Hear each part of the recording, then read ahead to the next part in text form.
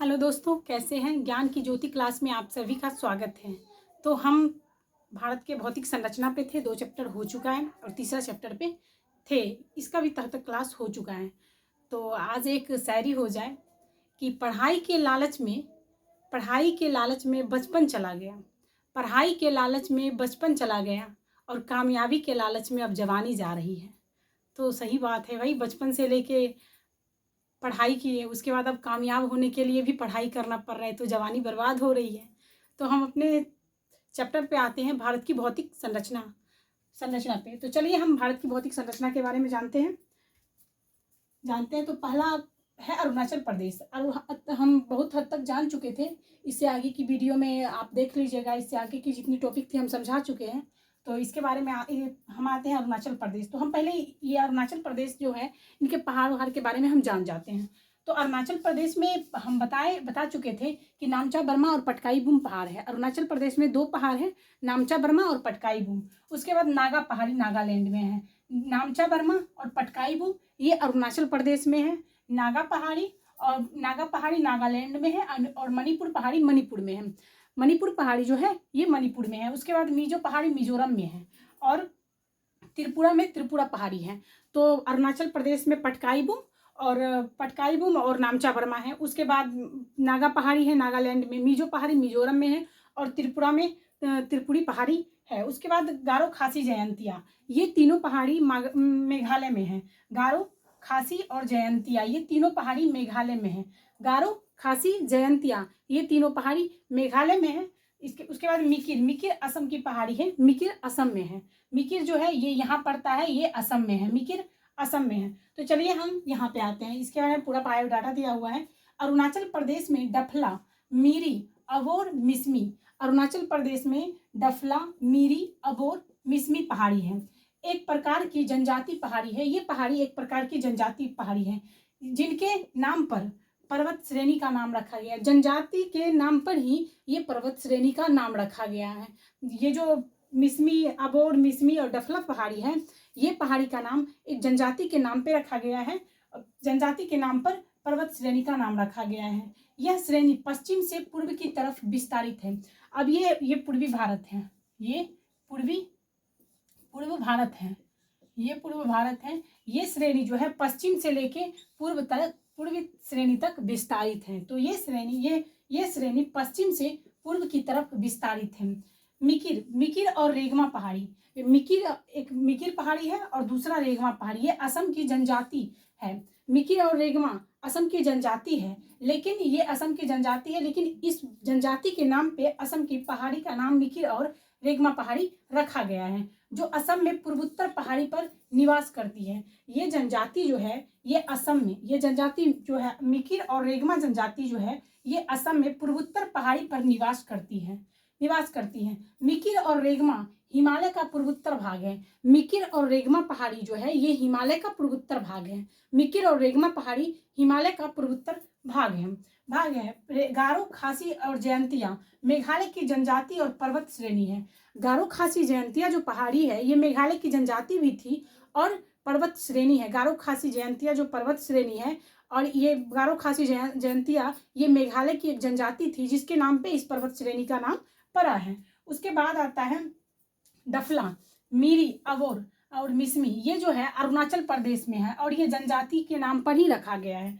तो डफला, मीरी, अबोर, मिसमी ये अरुणाचल प्रदेश में है और जनजाति के नाम पर रखा गया है। उसके बाद ये हो गया प्रायद्वीपीय पठार, ये जो है प्रायद्वीपीय पठार है। अब देखिए गारो जो है ये मानिसराव मेघालय में स्थित है। गारो मानिसराव मेघालय में स्थित है। खासी पहाड़ी जो है ये मेघालय की सर्वाधिक जनजाति है। सर्वाधिक जनजाति जो है खासी पहाड़ी पर रहती है। मेघालय में जो है सर्वाधिक जनजाति खासी पहाड़ी पर निवास करे। उसके बाद जयंतिया, ये जयंतिया पर्वत जो है गारो खासी जयंतिया सबसे पूर्व की पहाड़ी जयंतिया है, सबसे पूर्वी पहाड़ी जयंतिया है। उसके बाद खासी आती है, उसके बाद गारो आता है। तो गारो पश्चिम के साइड में आता है, पश्चिम के साइड में, और पूरब के साइड में जयंतिया आता है। तो ये पूर्वी पहाड़ी है। उसके बाद चिकन नेक जस्ट यहाँ पड़ता है। चिकन नेक जो है वो जस्ट यहाँ पड़ता है। चिकन नेक इसे हम मालदा गैप भी कहते हैं। मालदा गैप ये दक्कन के पठार से पूर्वोत्तर पहाड़ी को अलग करता है। जस्ट यहाँ दक्कन का पठार है और ये पूर्वोत्तर पहाड़ है और यहाँ पे चिकन नेक है। ये दोनों पूर्वोत्तर पहाड़ी को और दक्कन को पठार को अलग करता है। दक्कन के पठार, जस्ट ये दक्कन का पठार है। तो आगे की चैप्टर पे आते हैं। मध्य भारत की पहाड़ी और मध्य पर्वत श्रेणी, विंध्यन पर्वत श्रेणी। पहला क्या है?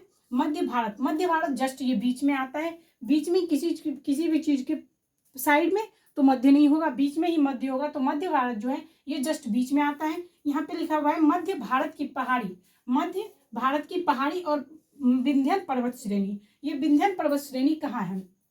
विंध्यन पर्वत श्रेणी जस्ट ये जो है यहाँ से रोहतास, बिहार के जो रोहतास और कैमूर है वहाँ पे विंध्यन पर्वत श्रेणी की उपलब्धता पाई जाती है। तो रोहतास और कैमूर से शुरू होती है विंध्यन पर्वत श्रेणी। उसके बाद ऐसे करके ये रोहतास और ऐसे करके ऐसे ये विंध्यन पर्वत श्रेणी है और यह है विंध्यन पर्वत श्रेणी। उसके बाद यहाँ पे जो है इसके बीच से एक नदी गुजरी हुई है, जिस नदी का नाम नर्मदा नदी है। तो नर्मदा नदी जो है वो विंध्यन पर्वत श्रेणी के जस्ट साइड, और यहाँ पे उसके बाद सतपुरा पर्वत श्रेणी है। जस्ट नर्मदा नदी के नीचे सतपुरा पर्वत श्रेणी है, सतपुरा पर्वत श्रेणी है। और ये पर्वत श्रेणी और नर्मदा और सतपुरा के बीच, विंध्यन और सतपुरा के बीच जो है वो नर्मदा नदी निकलती है। विंध्यन और सतपुरा के बीचों बीच नर्मदा नदी निकलती है। सतपुरा के जस्ट नीचे ताप्ती नदी है। सतपुरा के जस्ट नीचे है जो है ताप्ती नदी है। जस्ट नीचे सतपुरा से जस्ट नीचे ताप्ती नदी निकलती है। उसके बाद आता है सातमाला पर्वत श्रेणी। ताप्ती नदी के नीचे जो पर्वत है उसके बाद जो आता है सातमाला पर्वत श्रेणी, अजंता की पर्वत श्रेणी, उसके बाद महादेव पर्वत, ये सब जस्ट ताप्ती नदी के नीचे की पर्वत श्रेणी है। उसके बाद मैकाल पर्वत, कैमूर और रोहतास के जस्ट नीचे में मैकाल पर्वत होता है। अमरकंटक से 3 नदियां निकलती हैं, नर्मदा, सोन और महानदी।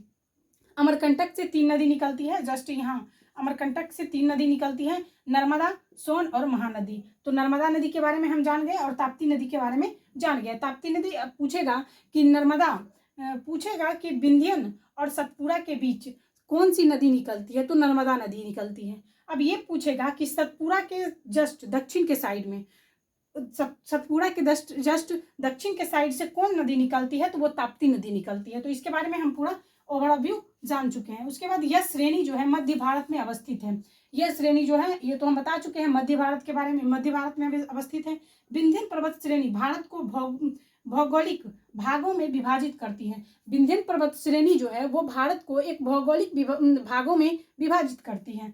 विंध्यन पर्वत श्रेणी भारत को एक भौगोलिक विभाजित भागों में विभाजित करती है। यह श्रेणी रोहतास से गुजरात तक है। अब देखिए विंध्यन पर्वत श्रेणी यहाँ रोहतास से शुरू होती है। बिहार के रोहतास जिला में विंध्यन चट्टान की उपलब्धता पाई जाती है। रोहतास से ये पर्वत श्रेणी शुरू है, उसके बाद ये पर्वत श्रेणी गुजरात में जाके खत्म है। तो भौगोलिक यह पर्वत श्रेणी रोहतास से शुरू है और गुजरात में जाकर ये पर्वत श्रेणी खत्म है, गुजरात तक विस्तारित है। उसके बाद विंध्यन श्रेणी का पूर्वोत्तर विस्तार कैमूर में है। विंध्यन श्रेणी का अगर क्वेश्चन आएगा कि विंध्यन श्रेणी का पूर्वोत्तर विस्तार किस राज्य में है, और राज्य तो बिहार है। बिहार के कैमूर जिला में विंध्यन पर्वत श्रेणी का विस्तार है और जस्ट पश्चिम के साइड में पूर्वोत्तर में कैमूर और पश्चिम के साइड में जस्ट गुजरात में इसका सर्वाधिक विस्तार है। विंध्यन पर्वत श्रेणी का सर्वाधिक विस्तार पूर्वी विस्तार बिहार के कैमूर में। उसके बाद इस पर्वत की सबसे ऊंची चोटी सद्भावना है। अब क्वेश्चन आ जाएगा कि विंध्यन पर्वत श्रेणी की सबसे ऊंची चोटी कौन सी है, तो उसकी सबसे ऊंची चोटी सद्भावना पर्वत श्रेणी है। सद्भावना पर्वत श्रेणी है। इस श्रेणी का अंतिम विस्तार मांडेर पहाड़ी तक है। तो विंध्यन पर्वत श्रेणी का अंतिम विस्तार जो है वो मांडेर पहाड़ी तक है। विंध्यन पर्वत श्रेणी का अंतिम विस्तार मांडेर पहाड़ी तक है। उसके बाद यह श्रेणी अंतिम, यह नर्मदा नदी के उत्तरी भाग में अवस्थित है। जस्ट नर्मदा नदी कहाँ, विंध्यन और सतपुरा के बीचों बीच नर्मदा नदी निकलती है। तो नर्मदा नदी के जस्ट ऊपर का भाग जो है ये उत्तर का भाग हो गया और जस्ट नीचे का भाग जो है ये पश्चिम का भाग हो गया। ये जस्ट ऊपर का भाग उत्तर का भाग और जस्ट नीचे का भाग दक्षिण का भाग हो गया। तो उत्तर के भाग से नर्मदा, ये जो है विंध्यन पर्वत श्रेणी उत्तर के भाग में है और ये जो है सतपुरा पर्वत श्रेणी ये जस्ट दक्षिण के भाग में है। तो उत्तर और पश्चिम के दक्षिण के भाग में है और बीच से नर्मदा नदी गुजरती है। तो ये नर्मदा नदी जो है ये उत्तर के भाग में अवस्थित है। तो ये ओवरऑल व्यू हम समझ चुके हैं भारत की भौतिक संरचना, और बहुत सारी चीज इसमें बची हुई है जिसके बारे में हम आपको बताएंगे। तो आज की क्लास यहीं तक है। जय हिंद दोस्तों।